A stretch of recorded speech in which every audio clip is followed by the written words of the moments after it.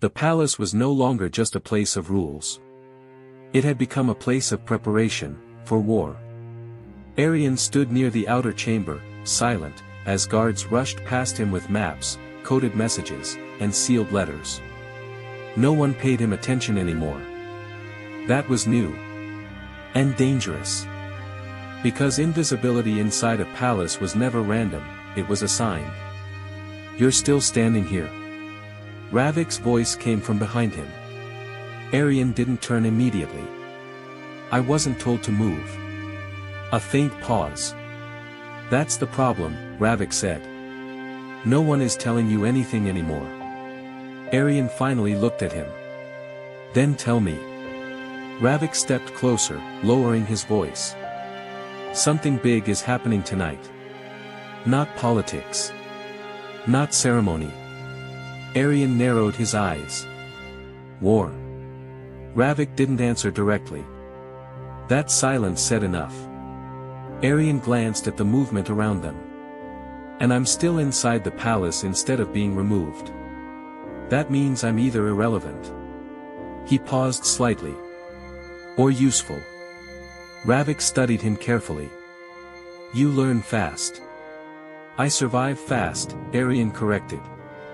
That answer made Ravik's expression shift slightly, like he was re-evaluating something. "Come," Ravik said. Arion followed.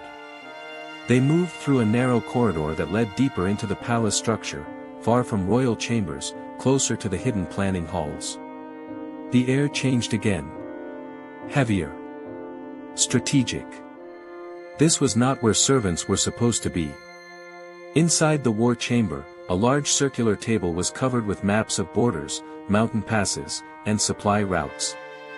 Candlelight flickered across ink lines that looked more like wounds than geography. High-ranking officials stood around it. No one spoke when Arion entered. But several eyes shifted. Not curiosity. Suspicion. The woman in black robes stood at the center again. She looked at Arion like he was a variable in a calculation that refused to settle. "You brought him," she said to Ravik. Ravik nodded once. "He observes well." Arion didn't like the sound of that. "You're not here to observe," the woman said, now addressing him directly. Arion met her gaze. "Then why am I here?" A pause. A long one. Then she placed a small sealed token on the table. "This route," she said, pointing to a thin mountain pass on the map, "will decide whether we survive the next week." Silence tightened in the room. Arion looked at it carefully. Then at the soldiers. Then at the map again. Something was wrong. Not in the plan. In the trust. "You're expecting betrayal," Arion said quietly.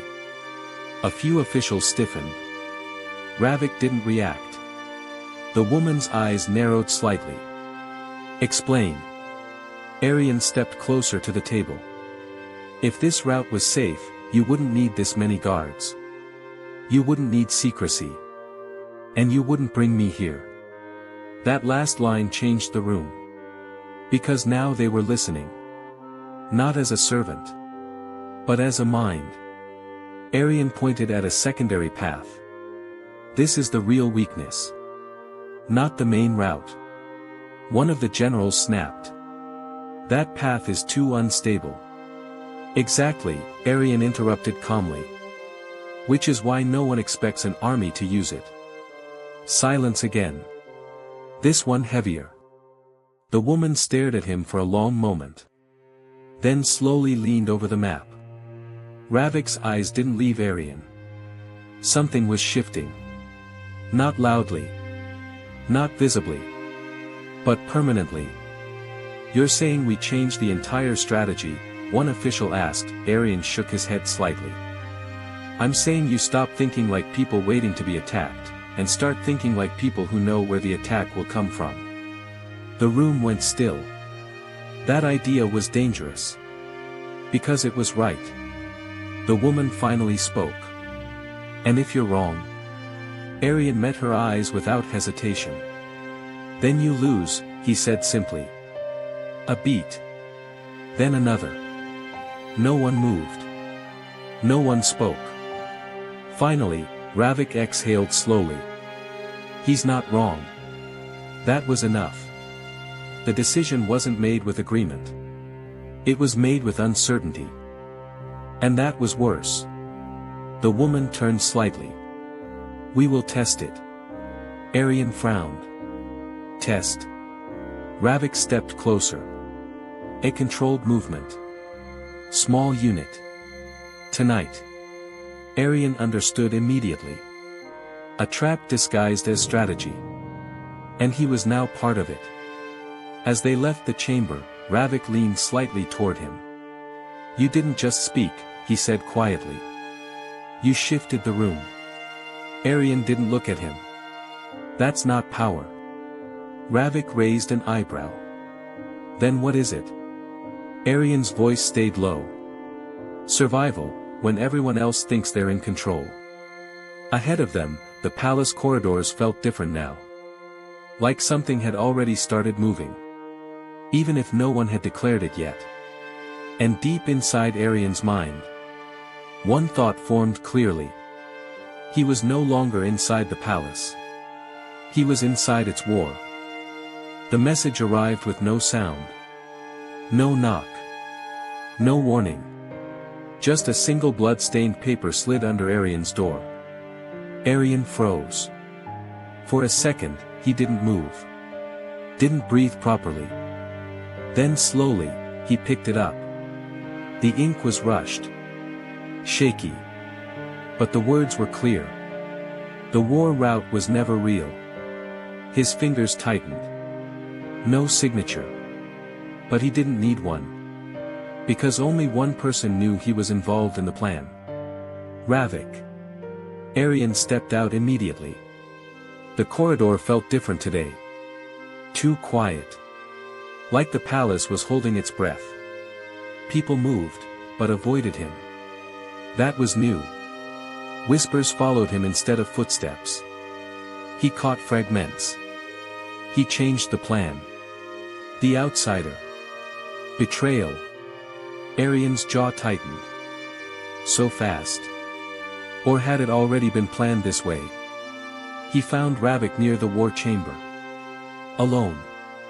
Waiting. That alone was wrong. Ravik never waited. You saw the message, Ravik said before Arian could speak. Arian stopped walking. So it's true. Ravik didn't answer immediately. That silence was heavier than denial. Arian stepped closer. You used me. Ravik finally looked at him. Calm. Controlled. Too calm. I gave you a chance, he said. That's not an answer, Arian snapped. Ravik's eyes sharpened slightly. Nothing here is just one answer. Arian felt it then. Something breaking inside the pattern. You showed me a fake war plan, Arian said slowly. You let me speak in front of the council, you made me expose myself. Ravik didn't deny it. That was the truth.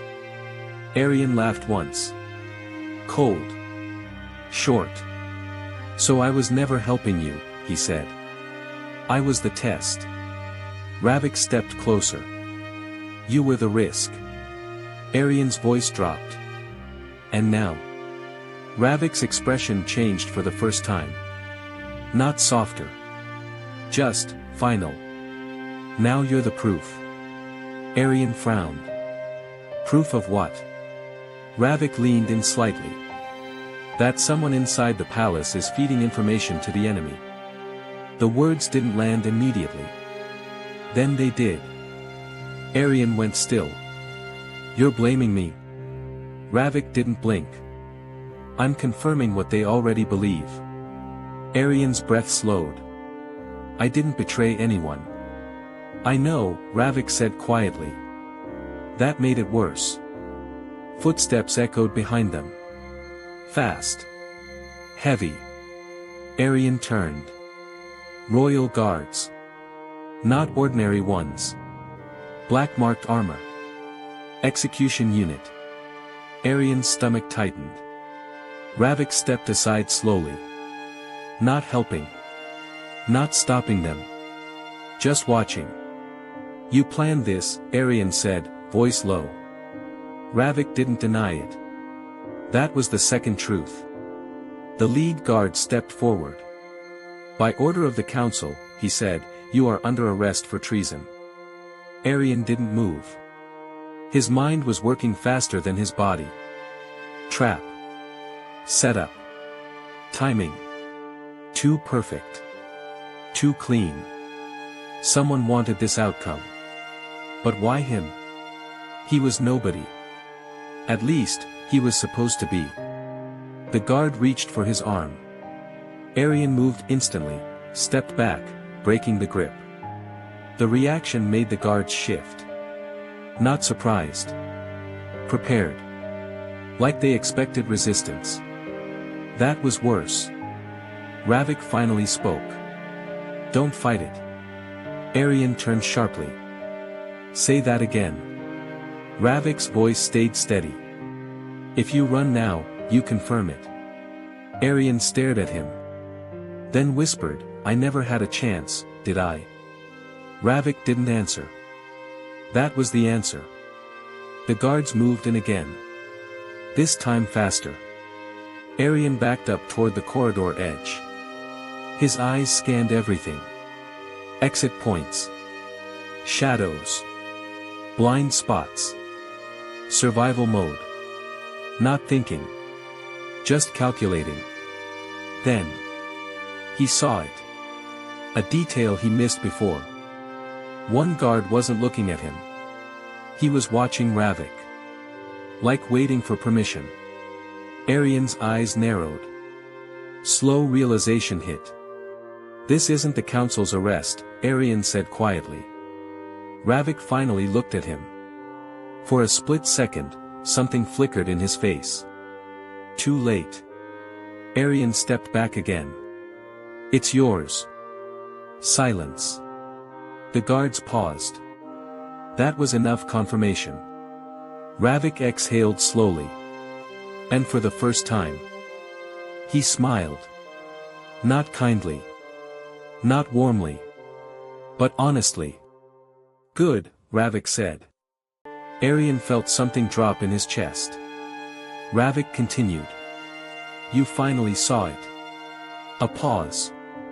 I didn't find a traitor, he said. I created one. The guards moved again. This time, no hesitation. Arian's hand tightened into a fist. No escape. No ally. No truth left. Only one thought remained in his mind. If this was a lie, then what else in the palace was real? And as the guards closed in, Ravik quietly added one last line. Now let's see who you really are when you stop trusting anything.